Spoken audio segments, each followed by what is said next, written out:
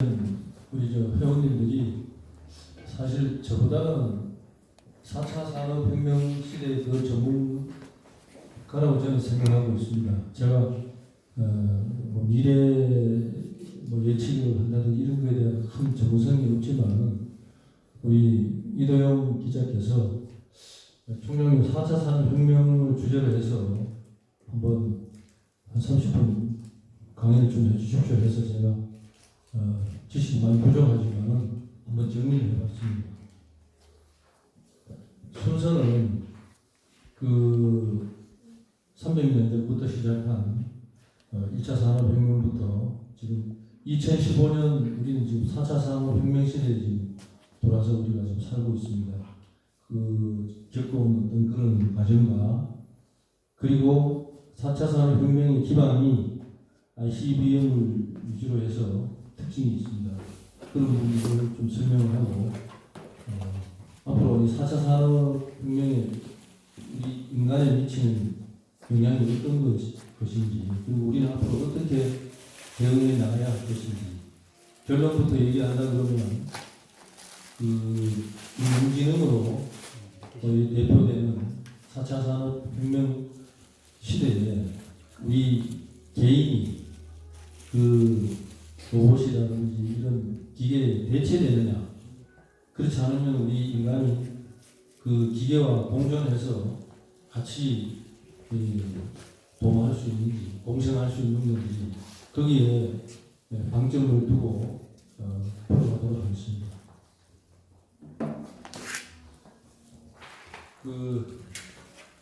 이 1차 산업혁명은 우리가 중고등학교에서 다 배웠겠지만은 증기기관, 영국에서 증기기관을 중심으로 해서 시작이 됐습니다. 18세기에 증기기관 기반으로 해서 기계화혁명으로 연결됐고 2차 산업혁명은 19세기에서 20세기 초까지 전기, 전화 이런 에너지를 기반으로 해서 대량 생산, 컨베이어 벨트 이런 식으로 해서 대량 생산 혁명이 이루어졌습니다. 3차 산업혁명은 지금 우리 20세기 후반에 우리가 컴퓨터라든지 인터넷이라든지 이런 지식 정보 혁명을 우리가 지금 현재 지금 겪고 있고 살고 있는 지금 그런 상황이고 4차 산업혁명은 2015년도 세계 경제 포럼에서 처음 시작된 용어입니다. 만물 초지능 혁명이라고도 하는데 사람과 사물과 공간을 연결해서 이 초지능화해서 산업 구조를 혁신하는 이런 것이 이제 4차 산업혁명이라고 정의를 하고 있습니다.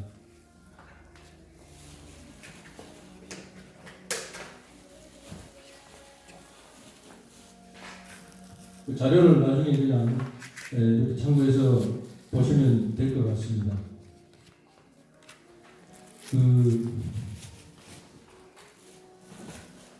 이제 세계 경제 포럼의 회장이 하신 말씀이 향후 10년간은 지난 50년보다 더 많은 변화를 겪을 것이며 개인과 기업과 국가 모두가 이 4차 산업혁명에 대비해야 된다 이렇게 정의를 했습니다.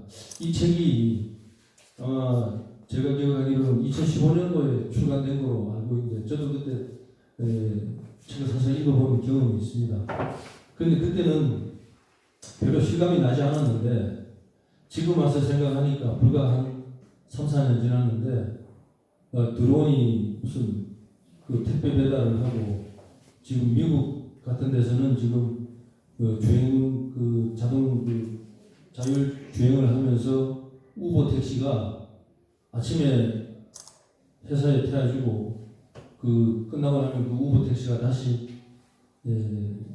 택시 영업을 하고 또 출근 시켜줬던 차가 또 저녁에 퇴근할 때 되면 데리러 오고 지금 그런 식으로 지금 미국에서 지금 진행이 되고 있습니다. 우리도 앞으로 고속도로에서 자율주행은 제가 봤을 때 5년 안에 되지 않겠나 그렇게 보고 있고 지금 공중을 나가는 택시도 개발된다 그런 얘기가 나오고 있을 정도로 세계는 지금 급격하게 지금 변하고 있습니다.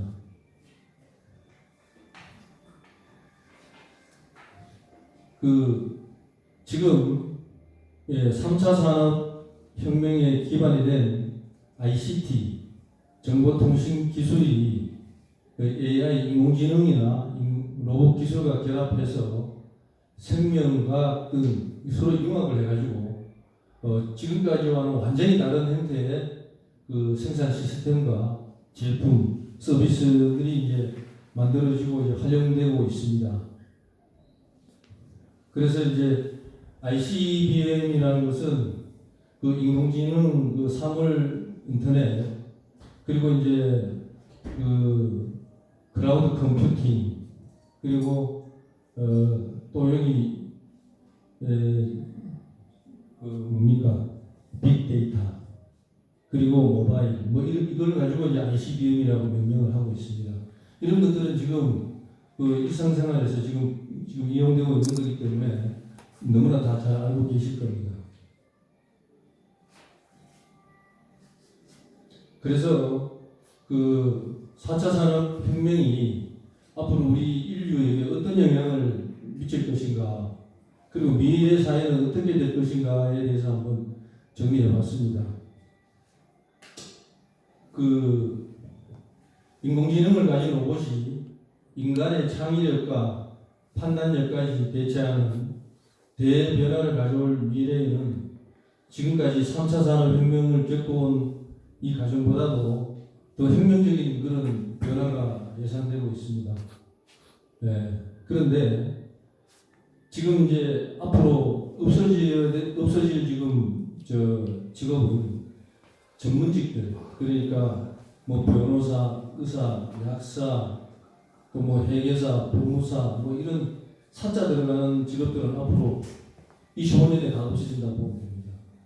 그리고 이제 그나마 생명력을 유지할 수 있는 그런 이제 직업들은 어떤 창의성을 요구한다든지 어떤 쉽게 얘기해서 예술성을 요구하는 그런 작가들이라든지 이런 주제들은, 이런 부분들은 아마 조금 더 오래 유지할 수 있지 않겠나, 그렇게 보고 있습니다. 화면에 글자가 전혀 안 보이는데 왜 이렇지?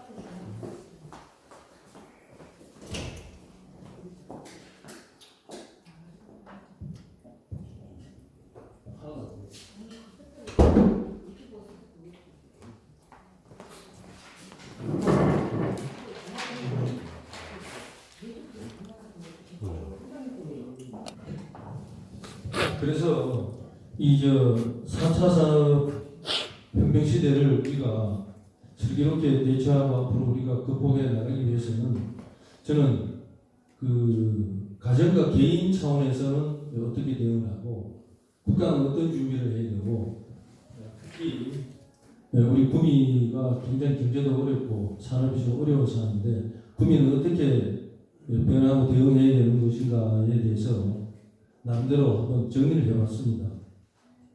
가정교육에서는 독서와 여행을 통해서 아이들에게 논리적인 사고, 인성, 상상력, 이런 감성을 이렇게 부여하는 그런 교육을 시켜야 된다고 생각합니다.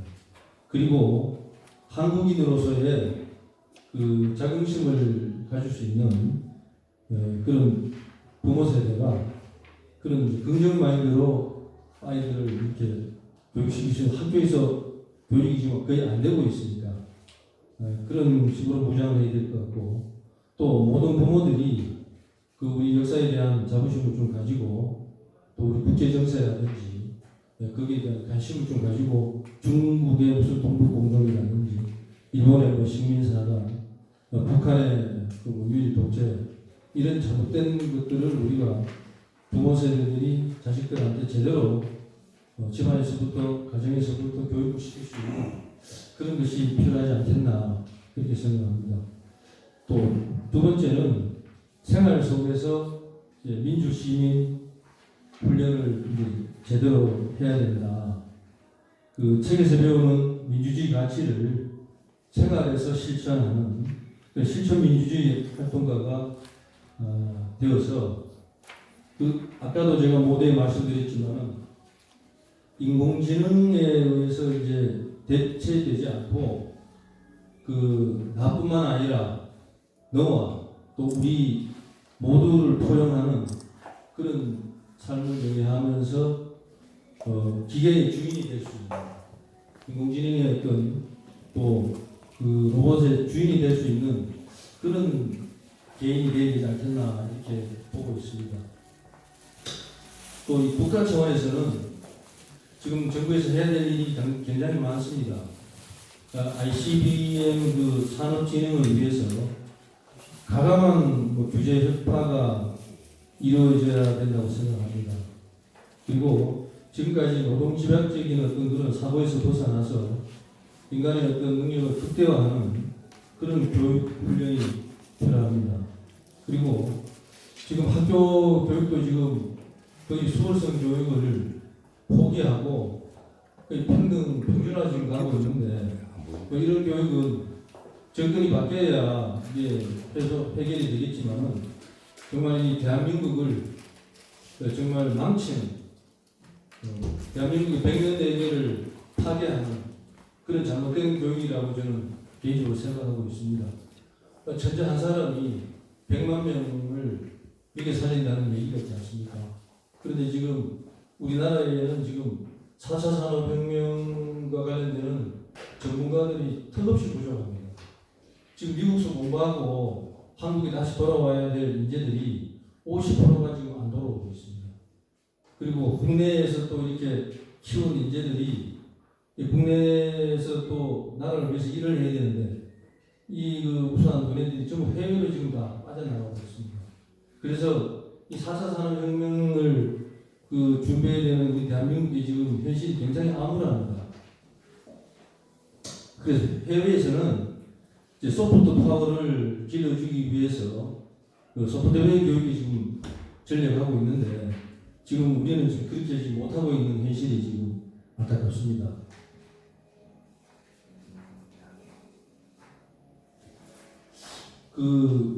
구미시의 지금 현실을 한번 제가 좀 생각을 해봤습니다.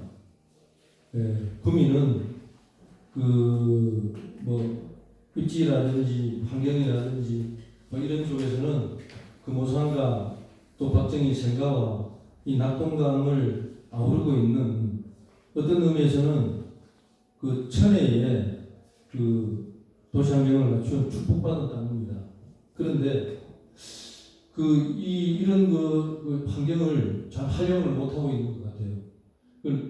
누가 한 사람에게 책임을 돌릴 수는 없지만 저는 지금 경북에 23개 시군이 있는데 포항은 포항제철이 있으니까 그런 대로 지금 요즘 포철이 좀 굉장히 전임 회장들 이런 분들이 와서 포철을 사유화하고 이러다 보니까 굉장히 포철이 과거보다 많이 추락한 건 사실인데 그나마 포항 경제는 그래도 경북에서 대표적인 도시가 이제 포항, 구미, 경산, 경주, 안동 15만 이상 되는 도시는 이런 정도인데 포항 그런 그래도 이제 유지가 되는데 가장 어려운 도시가 구미입니다.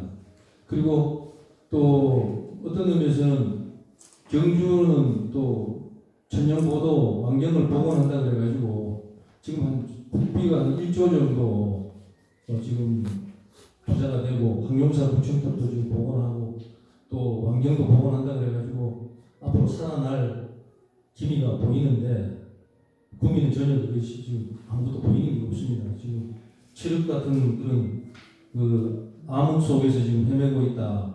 저는 이렇게 보고 있습니다. 구미 상단의 지금 문제점이 트리플 악재를 맡고 있는데 첫째가 낮은 가동률. 전국의 국가 산단 중에서 아마 제가 알기로는 25위쯤 되는 걸로 알고 있는데 올 2019년 1사분기 기준으로만 한다 그러면 꼴찌입니다. 66%. 근데 그나마 50인 이하의 중소기업 가동률만 따진다 그러면 30한 2% 정도 된다든가 하여튼 그렇습니다.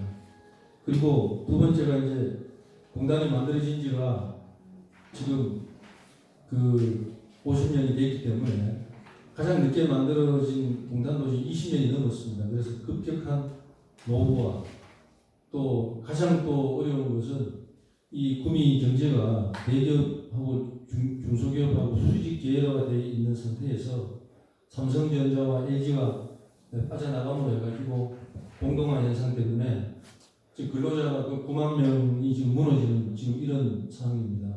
이것이 구미가 안고 있는 산단의 이런 한계점인데 이것을 어떻게 앞으로 다시 구미를 부활시킬 수 있을 것인가?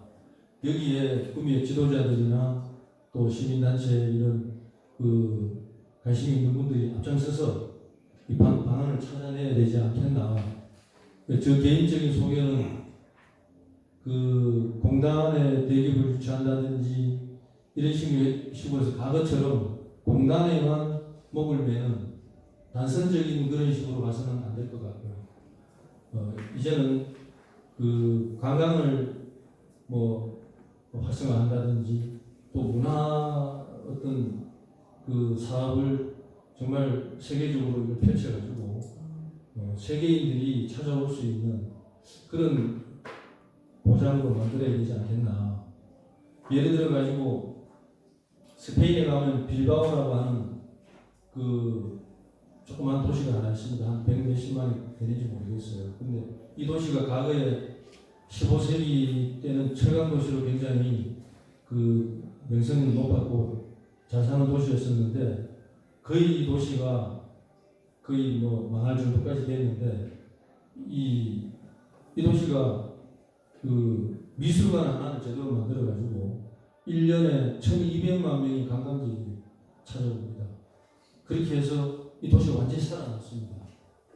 그리고 미국 같은 경우에는 대표적인 도시가 디트로이트 5대고 가까이 있는 도시인데 이 도시가 사실 금융위기 때 파산을 하고 나서 지금 다시 부활을 하고 있습니다. 그래서 우리가 이런 미국이나 이런 유럽의 이런 도시들을 모델로 해서 벤치마킹을 해서 구미도 뭔가 획기적인 그런 방안을 만들어야 되지 않겠나 그렇게 생각을 해봤습니다. 제가 여기 강소기업 육성도 얘기를 해놨는데 지금 4차 산업혁명 시대는 과거처럼 영세한 중소기업이 열심히 해가지고 중견기업이 되고 대기업이 되고 이런 과정을 거치지 않습니다.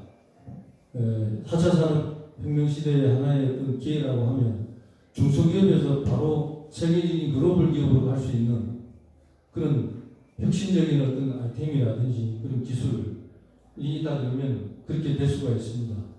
지금 플랫폼 기업으로 세계를 주도하고 있는 지금 네이버라든지 이런 회사들이 처음에 직원들 몇 명 가지지 않고 시작을 했습니다.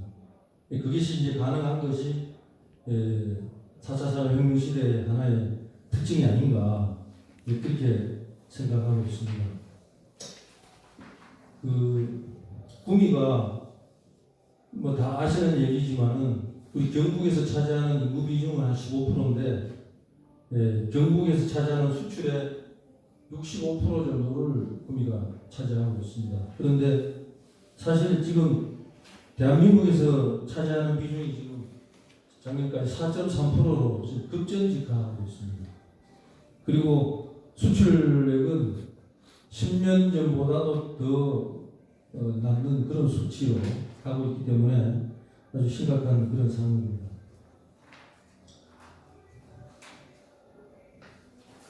그래서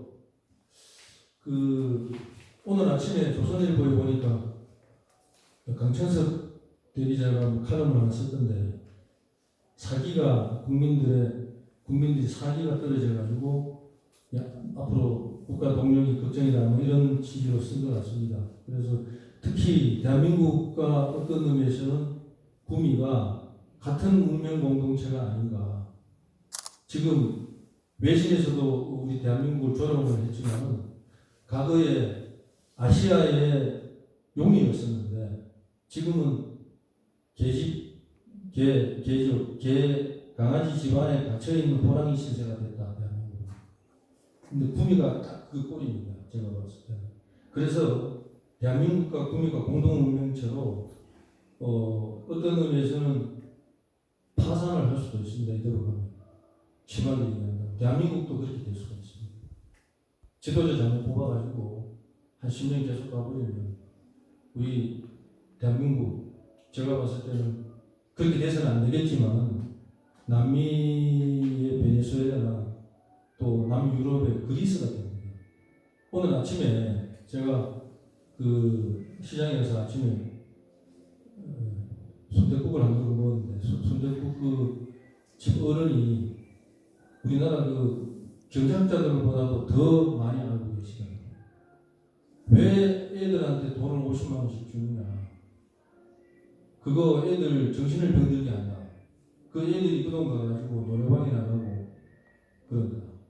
또 왜 노인들한테 월 30만 원씩만 지금 주는 거 그대로 주면 되는데 뭐 이것저것 해가지고 자꾸 돈을 주고 하니까 이 노인들이 배급만 받아도 살 수 있다고 생각하고 자기들이 평생 벌은 돈을 자식들한테 그 유산으로 미리 상속을 다 해버리니까 이 자식들이 그 상속을 받고 나서는 부모님들 안 찾아봅니다.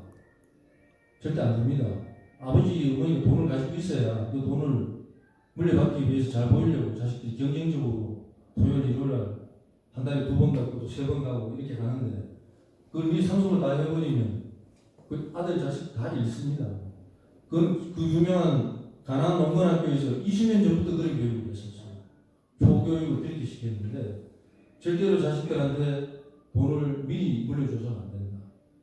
그럼 자식도 잃고 노년에 그 물려준 분들도 불행해진다. 뭐 이런 얘기를 저도 그때 가나안 농건학 교육을 받으면서 그 기억이 지금 아침에 새록새록 나더라고요. 우리 경제가 지금 배급받는 분들이 1,200만입니다. 근데 이 배급받는 분들이 2천만 명이 되어버리면 대한민국은 무조건 베네수엘라가 됩니다. 근데 이걸 막아야 됩니다. 그래서 그 우리 내부에 새로운 이제 기획을 진작시킬 필요가 있다. 그래서 이런 지자체를 운영한 지도자든 국가를 운영하는 지도자는 내부보다는 외부로 시선을 돌려야 되고 과거와 현재에 이렇게 연연해서는 안 되고 미래를 봐야 되는데 미래를 예측하지 못하면 반드시 불행이 옵니다. 삼성전자가 2008년에 나갔는데 그 증상은 아마 그 전부터 그런 현상이 저는 있었을 것이라고 봅니다. 박정희 대통령이 한강변의 기적을 일으킬 수 있었던 가장 큰 원동력은 이 어른이 미래지향적인 통찰력을 가지고 있었기 때문에 가능했다. 근데 그 지자체의 어떤 지도자들이 5년, 10년 앞을 내다보고 정책을 펴고 준비를 하고 이렇게 했어야 되는데 그 후가가 너무 크다, 지금. 그렇게 생각합니다. 그래서 그 새로운 그 구미의 어떤 정신을 하나 정립을 해서 이제 시동을 걸어야 된다. 옛날에 고구려는 잃어버린 옛 고토, 그 고조선과 부여의 옛 땅을 회복하겠다는 그것이 고구려 말로 다물이라는 말입니다. 다물이라는 것은 되찾다, 되돌려 받는다는 그런 뜻인데 이 다물 정신으로 무장해가지고 고구려가 그 중국의 한족들하고 북방의 오랑캐들하고 700년 동안 싸워서 이기고 우리 그 동북아의 강국으로 그렇게 부활을 했습니다. 다물 정신으로. 그 신라는 삼국 중에서 가장 후진국이었어요. 지리적으로도 동쪽으로 이렇게 좀 이렇게 쳐져 있고 중국으로 가려고 하면 백제가 막고 고려가 막아가지고 전부 회로로 돌아가야 되기 때문에 또 육로로 가게 되면 고구려가 막고 있기 때문에 중국을 갈 수가 없었어요.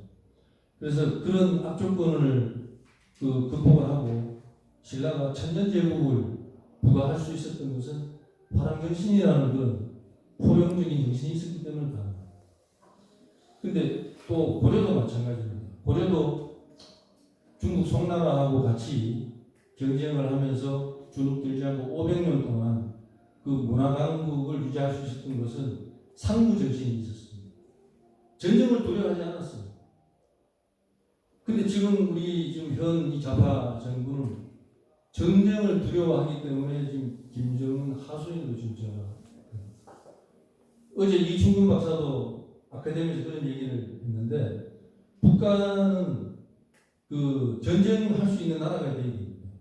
전쟁은 100년에 한 번씩 일어나는 거지만 전쟁을 좋아하는 국민은 누가 있겠습니까만 전쟁을 두려워하는 거예요. 그래서 전쟁을 할 수 있는 나라를 만드는 것이 대통령의 1차적인 책무다. 근데 지자체는 전쟁하고는 관계없지만 이제는 잘못하면 지자체도 부도가 날 수 있으니까 지방정부는 첫째도 경제, 둘째도 경제, 셋째도 경제 모든 것을 경제에다가 포커스를 맞춰서 가야 되지 않겠나. 그래서 제가 그 정신과 관련해 가지고 한 가지만 더 말씀드리겠습니다. 그 우리가 항용사 그 경주 가보신 분들은 항용사 구층탑 그 모형은 보셨을 거예요. 몽골이 쳐들어와가지고 13세기 때 소실돼가지고 지금 이제 다시 복원하려고 그러는데 이 항용사 구층탑이 아파트 30층 정도의 높이입니다. 80m인데 그거를 만드는데 백제 그 아비지라고 하는 건축가가 와가지고 만들었는데 못을 하나도 박지 않았어요. 그때 643년도에 항용사 구층탑을 만들었는데 그 당시 항용사는 세계 최고의 목탑이었습니다. 그때 미국이라는 나라도 없었고 유럽에도 뭐 제대로 된 나라가 없었습니다. 그 당시 신라는 통일되기 전이지만은 그 당시에 동북아에서 가장 큰 목탑이었었는데 이 왜 구층탑이 됐냐? 그걸 제가 좀 설명을 드리겠습니다. 신라를 중심으로 해서 동쪽은 일본, 그때 외국이죠. 그때는 뭐 일본국이라고 이제 조금 지나서 분명을 바꿨지만은 그리고 당나라, 그리고 양자강 밑에서 오나라, 월나라 등등 이런 또 제주도는 이제 당나라 그랬는데 제주도도 그때 신라를 깔았어요. 그때 신라에 조공을 안 하고 백제에 조공을 하고 일본에 조공을 하고 이랬습니다. 당나라. 지리적으로 백제가 가까우니까. 그래서 그 중국에서 이제 유학을 하고 돌아오신 자장법사가 선덕여왕한테 건의를 드립니다.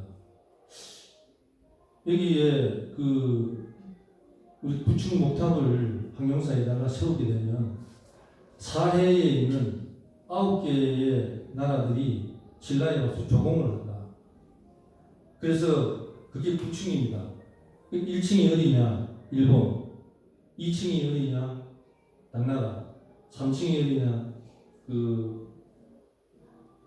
아까 얘기했던 오나라, 월나라, 오월. 양자강 밑에 있는 그 조그만 나라들이죠. 그 4층이 탐나, 5층이 백제, 6층이 그 거란, 뭐 예를 들어 7층이 뭐 여지, 8층이 뭐 저 북방민족, 9층이 이제 고구려입니다. 그 탑을 세우고 난 다음에 17년 만에 그 백제를 멸망시키고 또 그 이후에 8년 만에 고구려까지 멸망시키고 670년부터 7년 동안 676년 동안 당나라하고 신라가 선제 공격을 합니다. 당나라를 쳐들어갑니다. 당나라를 한반도에서 모아냅니다. 그래서 오늘날 대한민국의 원형을 만드는 것이 삼국 통일을 하고 난 다음에 그 정신이 바로 파란 정신인데 그것이 지금 경북의 4대 정신으로 지금 구현돼 가지고 오고 있습니다. 경북 4대 정신은 파란 정신, 뭐 선비 정신, 호국 정신, 새마을 정신. 근데 이 박정희 대통령이 새마을 운동을 이렇게 펼 때도 파랑 정신에 모태를 한 어떤 노블리스 오브리제. 그 당시에 하랑들은 전쟁터에 나가가지고 아버지, 아들 모든 형제가 몽땅 다 죽은 그런 설례도 있고, 태종무열왕은 자기 사이가 두 명인데 두 명 다 전쟁터에서 그 민족의 재단에 피를 바쳤습니다. 죽었습니다. 그리고 형제가 나가서 전쟁터에 나가서 죽으면 수두룩합니다. 그러니까 뭐 미국이라든지 영국의 뭐 그런 그 2차 세계대전 때 그런 명문 고등학교 출신들이 많이 죽었다 그러는데, 그거보다가 신라에서 먼저 귀족들이 그걸 솔선수범했다. 그런 정신이 다시 구미에서 다시 일어나야 된다고 저는 생각합니다. 그래야 낙동강의 기적을 일으킬 수 있다. 그래서 지금 이 대한민국 꿈이 없는데, 중국 사람들은 중국몽이 있고, 일본 사람들은 일본몽이 있고, 미국 사람들은 미국몽이 있습니다. 근데 한국 사람들은 한국몽이 지금 없습니다. 그래서 이걸 만들어가지고 그 구미와 대한민국 공동운명체입니다. 꿈을 가지고 그걸 실천하는 그런 구미가 되어야 되지 않겠나. 그래서 마지막으로 제가 그 변화에 능동적으로 대처해야 된다. 옛날에 그 삼성의 이건희 회장이 마누라 빼고 뭐 다 바꿔야 된다 그런 유명한 말도 하셨는데, 그 2500년 전에 공자님이 계사전에서, 주역의 계사전이라고 하는 책에서 그 궁죽통이라는 얘기를 했습니다. 그것이 뭐냐? 궁죽변, 궁하면 변하고, 변죽통, 변하면 통하고, 통죽구, 통하면 오래 간다. 그래서 궁죽통이라고 하는 그 얘기를 하셨는데, 공자님한테 배웠는지는 모르지만 그 이후에 그 이제 정주영 회장이 이런 얘기를 했습니다. 어제와 같은 오늘, 오늘과 같은 내일을 산다는 것은 죽은 것이다. 이런 얘기를 했습니다. 그래서 또 더 유명한 말은 빌 게이츠가 그 영어로 CHANG, change의 지읒을 시옷으로 바꾸면 change가 찬스가 된다. 제가 뭐 영어 발음이 시원찮습니다만 G를 C로 바꾸면 change가 찬스가 된다. 뭐 그런 유명한 말을 했습니다. 그래서 제가 그 책에 보면 불변자 부득천하, 뭐 봉상계도 우수가교 뭐 이런 얘기를 해놨는데, 고사성어입니다. 그 변하지 않는 자는 그 천하를 얻을 수 없고, 또 우리 현실이 아무리 어려워도 산을 만나면 길을 내고, 물을 만나면 다리를 놓는다는 그런 심정으로